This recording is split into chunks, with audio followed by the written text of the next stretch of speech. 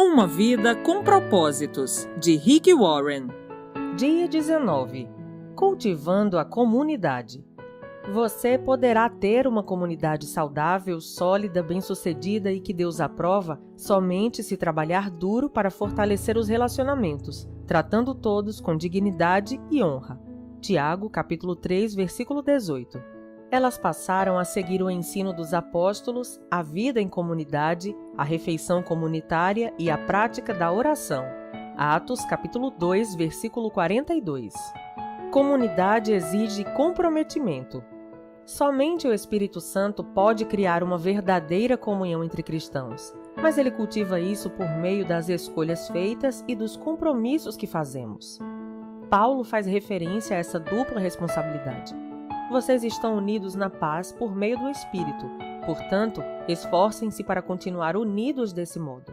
Efésios, capítulo 4, versículo 3. É necessário tanto o poder de Deus quanto o esforço nosso para gerar uma comunidade cristã amorosa. Infelizmente, muitos crescem em famílias com relacionamentos adversos, por isso carecem das habilidades relacionais necessárias para experimentar a verdadeira comunhão. Eles devem ser ensinados a lidar e a se relacionar com os outros membros da família de Deus. Felizmente, o Novo Testamento é repleto de instruções sobre a vida em comunidade, como afirma o apóstolo Paulo. Escrevo-lhe essas coisas para que vocês saibam como viver na família de Deus. Essa família é a Igreja. 1 Timóteo, capítulo 3, versículos 14 e 15. Se você está cansado de comunhão dissimulada e gostaria de cultivar uma comunidade amorosa e verdadeira em seu grupo, na classe de estudo ou na igreja, será necessário fazer algumas escolhas difíceis e assumir alguns riscos. A vida em comunidade exige sinceridade. Você deve cuidar para que a verdade seja dita, em amor, claro, mesmo quando se sentir tentado a ignorar o problema ou evitar o assunto. Embora seja muito mais fácil permanecer em silêncio enquanto os outros à nossa volta prejudicam a si mesmos e aos outros com alguma prática pecaminosa, essa não é uma atitude de amor. São poucos os que podem contar com alguém que os ame o suficiente para dizer-lhes a verdade, mesmo quando machuca. Então continuam no caminho da autodestruição. Em geral, sabemos o que precisa ser dito a alguém, mas temores nos impedem de fazê-lo. A comunhão é sabotada pelo medo, quando ninguém tem coragem de se manifestar enquanto a vida de um membro desmorona. A Bíblia nos manda seguir a verdade em amor. Efésios, capítulo 4, versículo 15. Porque não podemos viver em comunidade sem sinceridade. Salomão declara: a resposta sincera é sinal de uma amizade verdadeira. Provérbios, capítulo 24, versículo 26. Às vezes, isso significa importar-se o suficiente para repreender aquele que estiver em pecado ou sendo tentado a pecar. Paulo aconselha: irmãos e irmãs, se alguém em seu grupo comete algum erro, vocês que são espirituais deverão procurar essa pessoa e gentilmente ajudá-la a se corrigir. Gálatas, capítulo 6, versículos 1 e 2. Muitas comunidades e grupos mantêm um relacionamento superficial por recear os conflitos. Toda vez que uma questão delicada vem à tona, ela é imediatamente encoberta, a fim de preservar a falsa sensação de paz. O senhor Panos Quentes intervém e tenta aplacar os ânimos. O assunto nunca é resolvido, e todos vivem com uma frustração encoberta. Todos sabem do problema, mas ninguém fala sobre ele abertamente. Isso cria um ambiente doentio de segredos e fofocas. Paulo é incisivo quanto a esse assunto. Essa nova vida traz mudanças. Chega de mentiras, chega de fingimento. Falem a verdade. No corpo de Cristo estamos, antes de tudo, conectados uns com os outros. Se você mente para alguém, está mentindo para você mesmo. Efésios, capítulo 4, versículo 25. A verdadeira comunhão, no casamento, na amizade ou na igreja, depende da franqueza. Na verdade, o túnel do conflito é a travessia para a intimidade em qualquer relacionamento. Até que os envolvidos se importem o suficiente para enfrentar e solucionar os obstáculos encobertos, jamais estarão realmente próximos uns dos outros. Quando tratamos o conflito da maneira correta, crescemos em intimidade uns com os outros, pois enfrentamos e resolvemos nossas diferenças. A Bíblia diz: a verdade é que as pessoas valorizam a sinceridade mais que a bajulação. Provérbios, capítulo 28, versículo 23. A franqueza, no entanto, não é uma licença para se dizer o que quer, onde quer e sempre que quiser. Não é grosseria. A Bíblia diz que existe um tempo certo e um modo certo de fazer cada coisa. Eclesiastes, capítulo 8, versículo 6. Palavras impensadas deixam feridas permanentes. Deus nos manda tratar os membros da igreja com o mesmo amor que dedicamos à família. Nunca empregue palavras duras quando for corrigir um idoso, mas fale com ele como se fosse seu pai. Converse com os jovens como se fossem seus irmãos, com as mulheres idosas como se fossem sua mãe e com as jovens como se fossem suas irmãs. 1 Timóteo, capítulo 5, versículos 1 e 2. Lamentavelmente, milhares de comunidades foram destruídas por falta de honestidade. Paulo precisou repreender a igreja de Corinto pelo seu silêncio passivo ao permitir a imoralidade no meio deles. Visto que ninguém teve coragem de enfrentar o problema, ele então se pronunciou, em 1 Coríntios capítulo 5, versículos de 3 a 12. A vida em comunidade exige humildade. A presunção, o convencimento e o orgulho obstinado destroem a comunhão mais rápido que qualquer outra coisa. O orgulho ergue muros entre as pessoas. A humildade constrói pontes. A humildade é um unguento que acalma e suaviza as relações. Por isso a Bíblia diz: sejam todos humildes um para com os outros. 1 Pedro, capítulo 5, versículo 5. A vestimenta adequada à comunhão é a postura humilde. A continuação do versículo diz: porque Deus se opõe aos orgulhosos, mas concede graça aos humildes. 1 Pedro, capítulo 5, versículo 5. Essa é outra razão pela qual precisamos ser humildes. O orgulho impede a graça de Deus em nossa vida, da qual precisamos para crescer, ser transformados, curados e ajudar os outros. Recebemos a graça de Deus quando admitimos humildemente que precisamos dela. De acordo com a Bíblia, se nos portamos com arrogância, vivemos em oposição a Deus. Essa é uma maneira tola e perigosa de viver. Você pode desenvolver a humildade de várias maneiras práticas, admitindo suas fraquezas, sendo paciente com as fraquezas dos outros, estando aberto a admoestações e pondo os outros em evidência. Paulo orienta: vivam em harmonia entre vocês. Não se comportem como se fossem superiores a alguém. Antes, alegrem-se na companhia das pessoas comuns e não pensem que já sabem de tudo. Romanos, capítulo 12, versículo 16.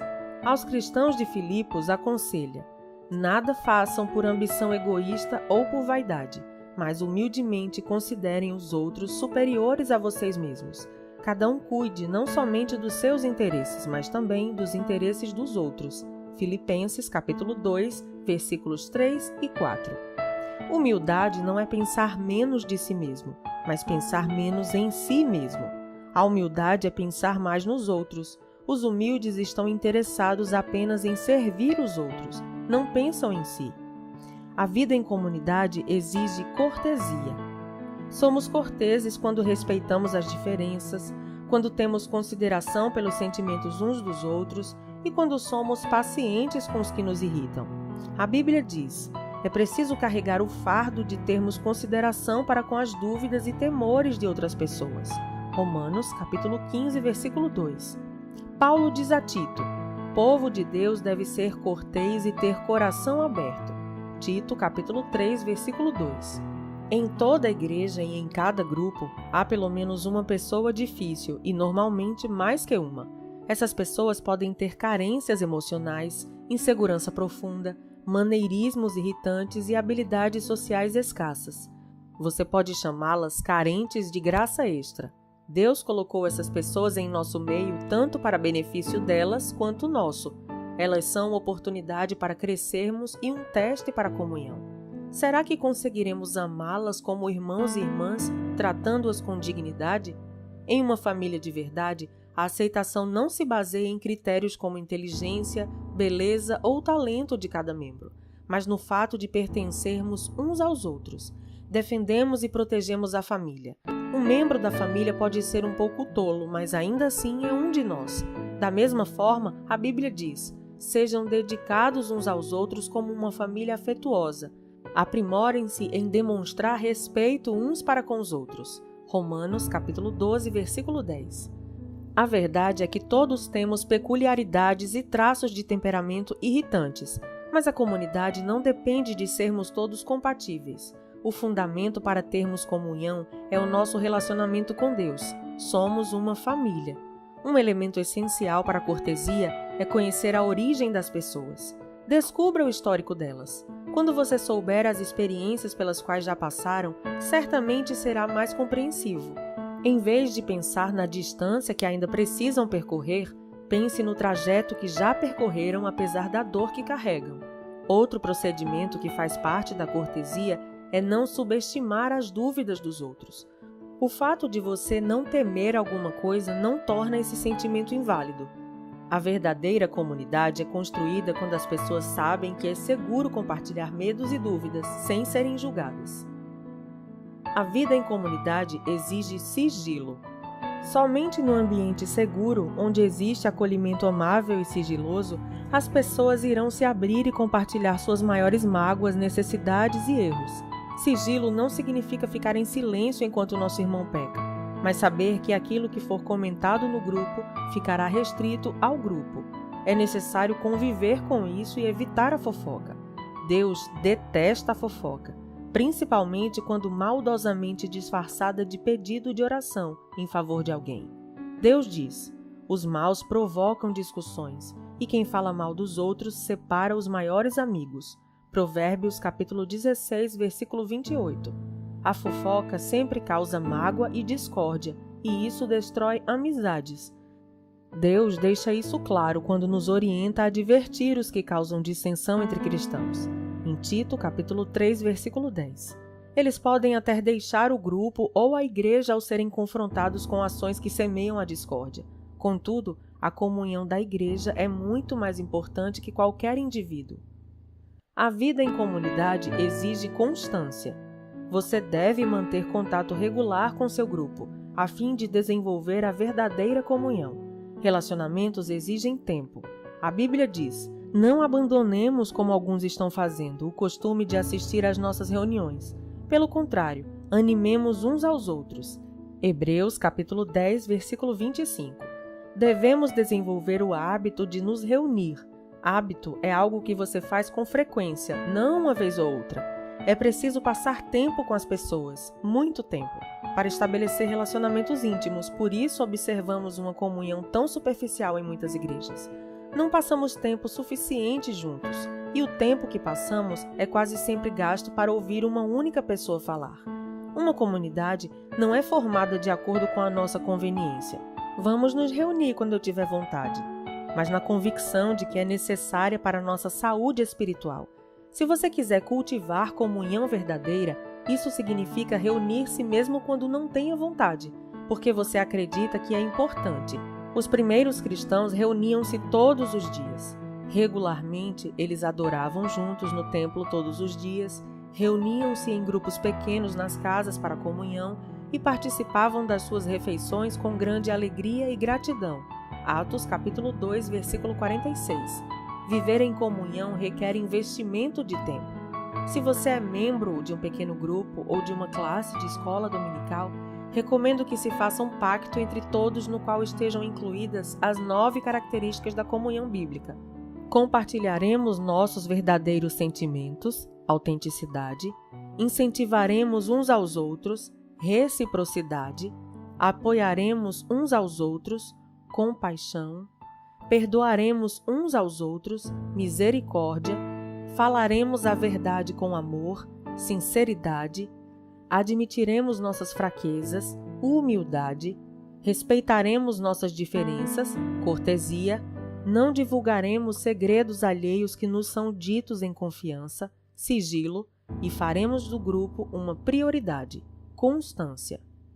Quando você olha a lista de características, fica evidente o motivo por que comunhão de verdade é algo tão raro.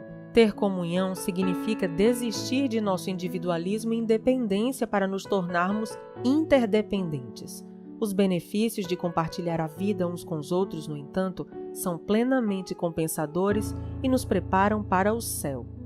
Dia 19. Pensando sobre meu propósito de vida. Tema para reflexão: Comunidade exige comprometimento. Versículo para memorizar.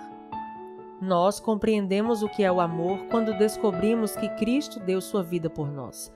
Isso significa que temos de dar a nossa vida pelos outros fiéis. 1 João, capítulo 3, versículo 16. Pergunta para meditar. Como eu poderia hoje ajudar meu grupo e minha igreja a desenvolver as características de uma comunidade verdadeira? Até o próximo áudio.